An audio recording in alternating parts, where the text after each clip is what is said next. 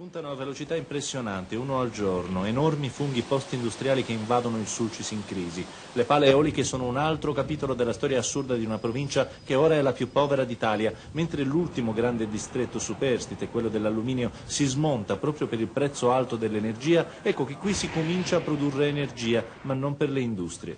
Sono delle cose strane, sono le cose strane dell'economia che seguono i mercati ma non seguono più la società, le persone. In questi impianti ci lavorerà pochissima gente, mentre in quelli chiusi ci lavoravano migliaia di persone.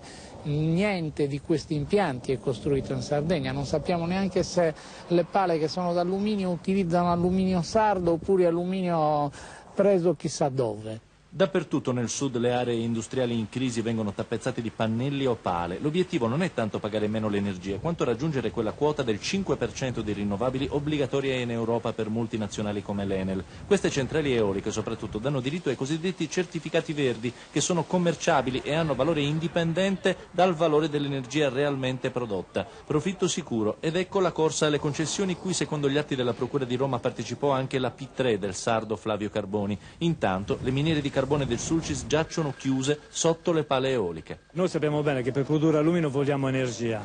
L'energia, l'unica cosa che ce lo può dare in questo momento è il carbone Sulcis.